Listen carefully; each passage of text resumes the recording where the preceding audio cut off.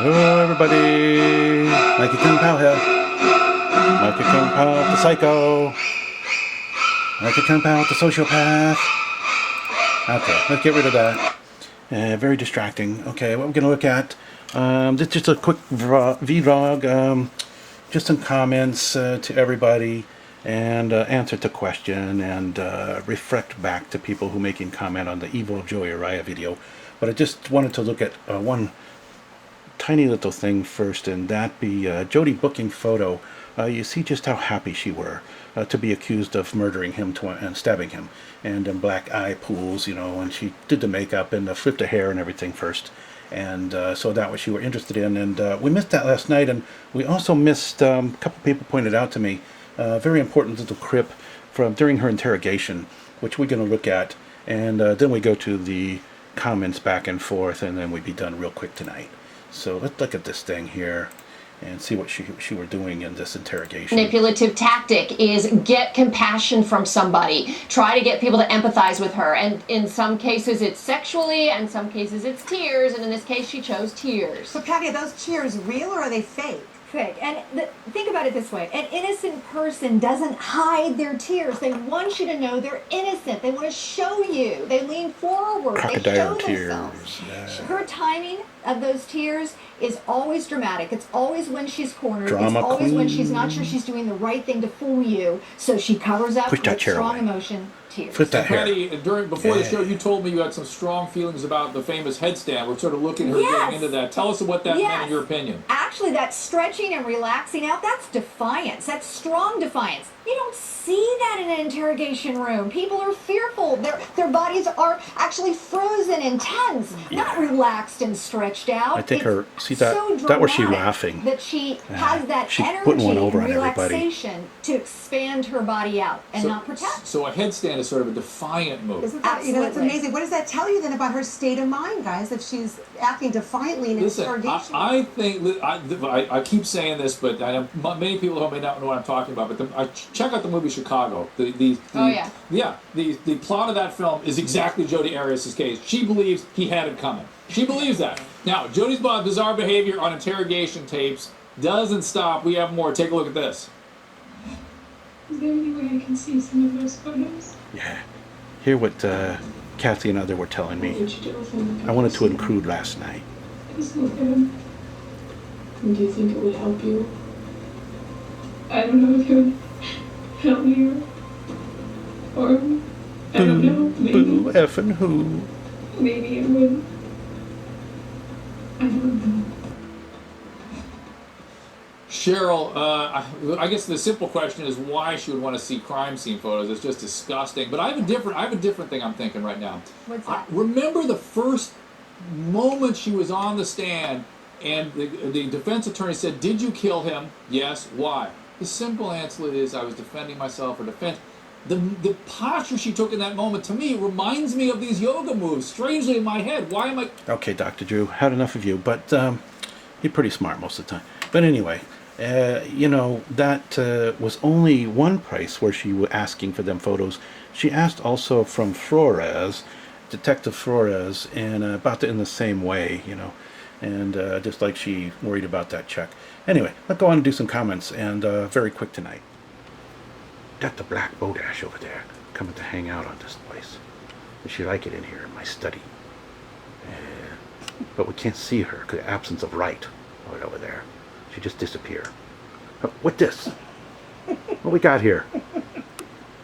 Mrs. Mikey Kung Pao kind of shy. I just zero in on this beardy face here, sitting on her knee right there. And wait, Mikey Kung Pao back there. She keeps stealing my Jodi tool. Don't know what she's gonna do with them. Gonna talk to her later, but you know, so she'll come on one of my videos. Oh, sorry, I'm back. I gotta show you one more little thing, very quick. This is where Jodi being sneaky in court, and kind of wanted to include this one because she do so many of these kind of moves. Here she hide a paper and do something with it, always trying to sneak out note and things. Watch this. Come on, Crip. Here we go. Can you see down in the corner? Yeah, you can see down in the corner. Watch. See, she get that paper. And I watch when no one looking. Get that paper. Don't look up. Don't let them see me. I'm gonna hide that real quick. Put it under me. Oh, I'm just looking at my nails and everything.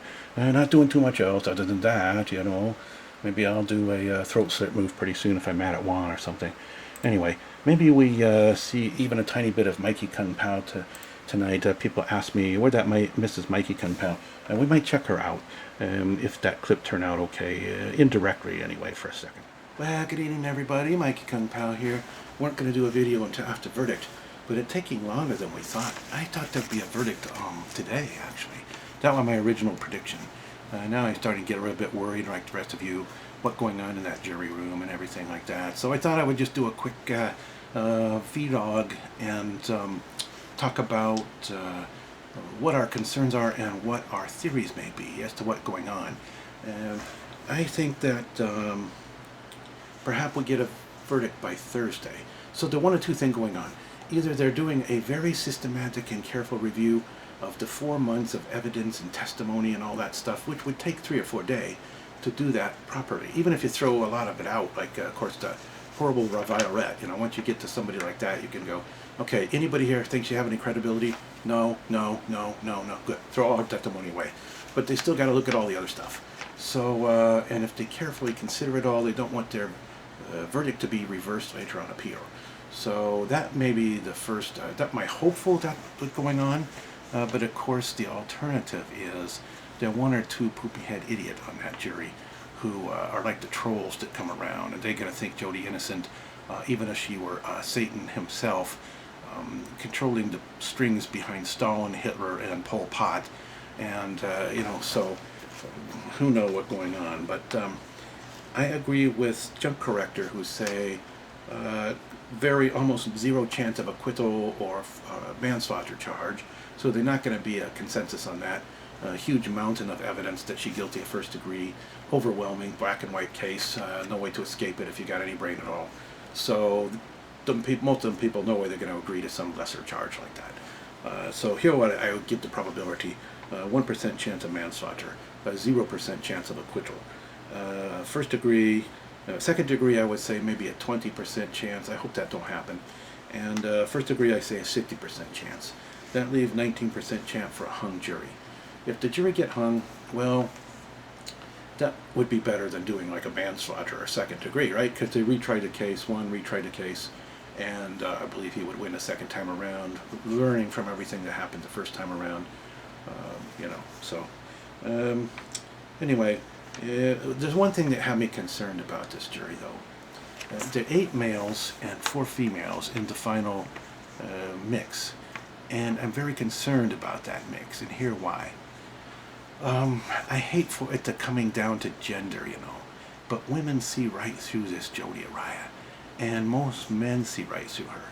However, there is a population of men. I'm not talking about the black-hearted, evil, disgusting trolls who come on and rant and rave profanely and everything and call people names and say, go to jodiisinnocent.com, that stupid site where you know, they all bleat the same tune and you can't say anything other than Travis a bad guy and Jodi wonderful, you know. Yeah. I can't even believe people like that are in our society breeding and everything. It's a scary thought that people that stupid and empty, and this is how they got to have an identity, because they got nothing inside them. But anyway, I'm not talking about those. I'm talking about men tend to be a little bit more prone to be taken in by crafty, deceptive, manipulative women. And women see right through them, because some part of them just know instinctively and everything. The women are more people persons than men are. So, and also there's that part of men that tend to like, tend to be attracted or to like somewhat naughty girl type thing, like I talked about the other day. But that, of course, not anywhere remotely related to who Jodi Arias is. She's not a naughty girl in any way. What she is a completely evil person, and so it's a whole different ball game there. So I don't know if anybody, you know, but you see a few of these guys that are taken in. You know, that poor Daryl Brewer guy. You know, he obviously still has feelings for her, and that's what worries me. The 8 men on the jury, is one of them going to be taken in by this psycho con woman? Gee, I sure hope not. You know, women like a bad boy kind of guy too. You know, they tend to go for the guys that are, bikers and everything. Not necessarily to marry them, but they're kind of attracted to them. And so it's just a weird, but they see right through, women see right through women that are black-hearted psychos. Anyway, I don't want to keep rambling and rambling. You get bored, turn me off. So let's talk about some of the comment you guys make. I wish we could actually sit around a table and talk. I wish it just weren't me sitting here doing all the talking. But you doing the talking on the comments, which is very helpful to me, and I appreciate it very much. So, for example, Shari McWhirter, give us that excellent give us that excellent link to the late night radio interview with Chris Hughes, a 3-hour interview. I haven't got through it all yet because got about 3 hours sleep the last couple of nights, doing a bunch of other things, including making that ultra long video. Now I'm holding a candlelight vigil of my own, and I'm going to start fasting tomorrow, by the way, because of this jury. Anyway, my candlelight vigil, see? It's not a fake, see? Got a real candle in there and everything. So I'm gonna leave this burning all night, and I'm gonna starve myself tomorrow at lunchtime and have a very small dinner. Okay, nothing for breakfast but a little oat bar. So kind of a quasi-fast, I wonder if Kurt or me ever fasted in his life. I don't think he ever did. I think he might have skipped food for 1 hour one time. That would be a fast for him. Anyway, don't want to talk about him tonight. Kind of relaxed, The reason I'm not in such an angry mood tonight like I were last night, you heard that angry edge to my voice. All the anger welling up in me as I watch all the clips of who Jodi is and the people that are the apologists for her, like that Alice Violette. Excuse me, I gotta have another sip of this. I'll get mad again. Isn't that an ornate kind of, this is what Mikee Pal gave me to drink with. Hold on one second. She's coming in the door. I'm going to have to put this on pause. Yes. All right. Sorry about that. I'm missing Mikee Pal taking medical courses, And anyway, so CPAPist tell us about Spray Can Ann also. And she got a lot of good stuff on her site. Lots of good funny video and other video. A parody, so I went and checked out some of her stuff, and also I turned her on to some of my video, and so go check her out. And Kathy Vout say, Jodi went to see them crime scene photos. Isn't that bizarre and perverse? And I think it is. I think that I desperately wanted to get that in my video last night about the evil of Jodi, and somehow I forgot. I have that clip someplace, and I totally forgot about it, because that really goes to show who she really is. She wanted to check out her handiwork and see just how bad it looked. She wanted to gloat, and then she wanted to make up some lies based on whatever pictures they have so she could match her made-up stories to that. I think all that was her motive, and wanted to see the photos. She didn't care a rat behind about Travis or him life being snuffed out early. Then Kathy Vout also say that Jodi do a preliminary dry run throat thrash move just before the real one, and I went back and looked, and I agree 100%.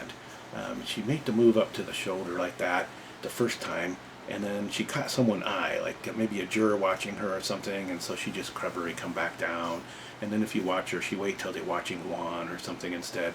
Then she go up there again, getting ready, and she see the juror not watching her. Then it's like that. So, what a snake! What a little snake she is. Boy, I hope she get convicted. And I'm gonna have to go pound my head on a wall if she don't. Marissa P. say, what is the attraction to us about this trial? We're so obsessed, and her theory that she heard on psychologists say it's a fight or flight reflex. We key in on people that are so dangerous so that we know how to avoid them. I think there's a lot of truth in that. But I also think there's something else, which is, I've seen a lot of trials, and I've seen lots of psychos and sociopaths and things that were, the perpetrators of many crimes, mass murderers, all that kind of thing. Been watching that kind of stuff for 30 years or something. And the thing of it is, I don't watch it all the time. I really got gripped by this trial. But the thing of it is, I think why this one get us so obsessed is that Jodi is a world-class example of hideous evil of the most deepest, darkest, hidden kind, and a world-class writer. She's the best writer I might have ever seen, And then we know she has sex with Travis, get him vulnerable, you know, a black widow, mate and kill. When you put all that together in a toxic brew, she stand out extremely unusual for a young woman. I'm not going to say a beautiful young woman like all those ridiculous talking head on TV, because Jodi is far from beautiful in my mind. Anyone who say that out of their mind as far as I'm concerned. Not only is she physically unattractive, she looked like she on stilts, you know, like a weird psycho on stilts. Got the big, long, skinny legs, big, long, skinny arm, like a weird scarecrow kind of thing going on. But beside all that, you know, real beauty on the inside, and you can see it in someone when it come out. And one of the, and you know, a woman who's beautiful on the inside, okay, we're going to see her beauty on the outside too. And what the thing about Jodi is, she able to mimic that once in a while. Other than the black pools that she call eyeballs, she do able to mimic, you know, the sweet, happy, smiling face and everything. That would make her so frightening. You look at them interview clips that she did, you know, and the first time I saw her in one, I were fooled by about 20 seconds or so. And watching her in the one where she in the prison stripes, you know, and I didn't do this crime, and you know, Mrs. Mikey Kunpao say, make it up your mind. She is guilty of sin. And she saw right through her immediately, and I thought, okay. So I watched some more, and then about 2 minutes later, I figured it out. But anyway, that white purpose. Now I'm rambling on again. Dang it. Anyway, so what else? God is good. Say she enjoying the limelight way too much. I agree with that 100%. She loves her moment in the sun, her 15-minute of fame. Well, it went on for more than 15 minutes, didn't it? It went on for about 1,500 day or more. And so I agree with all that. Well, we really want to see her convicted and go away forever and shrivel up like prune in jail or get the needle. That's what we want to see. We don't want to see her out enjoying herself. She shouldn't be getting any enjoyment, and she shouldn't be able to do art. When is she doing art? She should be out breaking rocks or something. What happened to the good old days when they put them on a chain gang? I don't know if they ever did that with women, you know, but they should make her sew or something all day long, you know, sew things for homeless people or something. Anyway, Cicino 490 BC say they learn something new about themselves, which is when they see Ravaya Red and her testimony, which is they find out something they never ever knew about themselves their whole life, which is possible for them to form hatred in their heart towards someone they never met before. And this resonates with me, and I'm going to have to confess and come clean, because boy, did you strike a chord with that one, Steno. I was telling Mrs. Mikey Kunpao the other day, she actually told me to stop because I was scaring her with the way I was talking about it. I say to her, I go, you know what? You know, I'm just going to tell you all, I'm a nice guy in my life. It's very hard for me to form hatred toward anyone. I almost never do in my life, ever. No matter how mean and nasty somebody may be, no matter what, somebody trying to backstab me at work or something. Don't matter. I don't form hatred in my heart to them. You know, I may bristle up and fight back and you know, figure out how to destroy them, but that's just a matter of survival. That's not hatred. It's a different thing. You know, it's strategy. You know, I'm a poker player, and when I sit down at a no limit hold'em table, I would you know, take the stack from my own mother. Okay, so but that's because I'm very competitive, but not because I have any hatred in my heart. Okay, but as far as forming a hatred to something you never see before, other than some of these religion of peace insane people, I don't do that, and I never have done that. But when you say this and admit it out loud on the comments there, I'm going to have to come clean and admit it myself. The first person I ever see on a TV that I don't know who bring out actual genuine emotions of hatred in me was Jodi. And I didn't think anyone could bring out stronger emotions of hatred in me than that, but Ravaya did. So don't feel alone. Of course, I'm not going to let that eat me up or anything. You know, I'll put it aside. I'll give it over to God, this, that. Say, look, I know they're going to be judged. They're going to get justice in this life or the next. I hope Ravaya never works ever again. Somebody say, you know, people not buying her book. And what was the other thing? Somebody made a good comment about Ravaya, about how it affecting her. I know. Who's going to want her to testify again in the future? Now that everybody know what she's all about. No one, I hope. So, I hope every business aspect in her life fall apart. And normally I don't wish bad on anybody, but in her case, she's so evil, I do wish bad on her. So, have you ever heard the term Schadenfreude? Okay, you people who have some German background, Schadenfreude is a word in Germany where you are taking pleasure in somebody else's misfortune. I always thought that was a really terrible thing, especially when I see people doing it, really low and everything, and ha ha ha, that guy lost his money or whatever. I never felt that way. I have empathy for people. But in Violet's case, we're going to make that one exception, and Jodi too. Anyway, Golden Nibbering say, talking about the stuff that Jodi stole from Travis, not just a ring that he bought for another woman, but she do a lot of other cagey manipulative things, and I should have, if I could have seen that whole Chris Hughes thing, listened to all that thing, I might have fit some of that in my video about how Jodi's sitting there. She's thrown out of the house, and she's sitting there and won't leave, As one would say, who does that? Huh? Who does that? And all the other stuff she do, crazy stuff. But also she take Travis journals and all that thing. Of course, that'd be obvious why. They're probably about 150 incriminating things in there about her, about what a psycho she is, and some of the stuff she do. And so Jodi got that all hidden away somewhere, or burned, or whatever. And I think that we only see the tip of the iceberg of this woman's evil. That's what I think. I think there's so much stuff we don't know. And I wish the jury could know all that about her and really see who she is.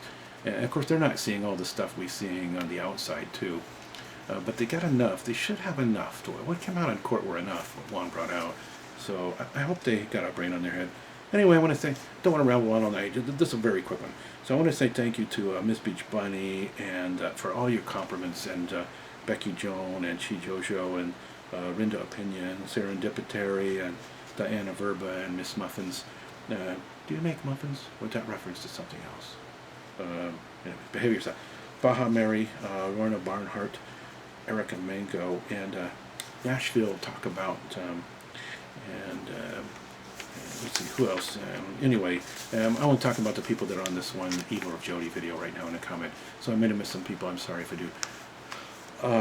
Nashville talk about Travis family, how hard that might be. And I agree 100%. They got to be sitting on pin and needles. They've been waiting 4 months through this whole trial very patiently, and showing real good class and comportment and everything. And just a very class act, that whole family. And they've been waiting 4 years, waiting for Jodi and all her crazy stuff she do earlier on. First she was one lawyer, and they say, we don't want to deal with a lying psycho like you. You won't come clean. You won't help us at all in the defense. So then she's going to act as her own attorney, because you know how smug and arrogant she are. That lasts about 10 seconds when she find out she's not Einstein after all. And then, here she is doing manifestos and all that crap. And now she got this sleazy NERMI team and everything. So anyway, Travis family got to wait through all that stuff. And she were taunting them and giving them trouble and everything. And the preliminary hearings and stuff. So I'm holding my candlelight vigil for them. I do the fasting tomorrow. Hopefully we have a verdict by Thursday. If not, I'm going to start worrying about the hung jury. And you probably will too. And in the meantime, hopefully we have something to celebrate by the end of the week. All right, take care, everybody. And of course, you know the advice I got to give you, and that is don't go with no social path. Okay, take care.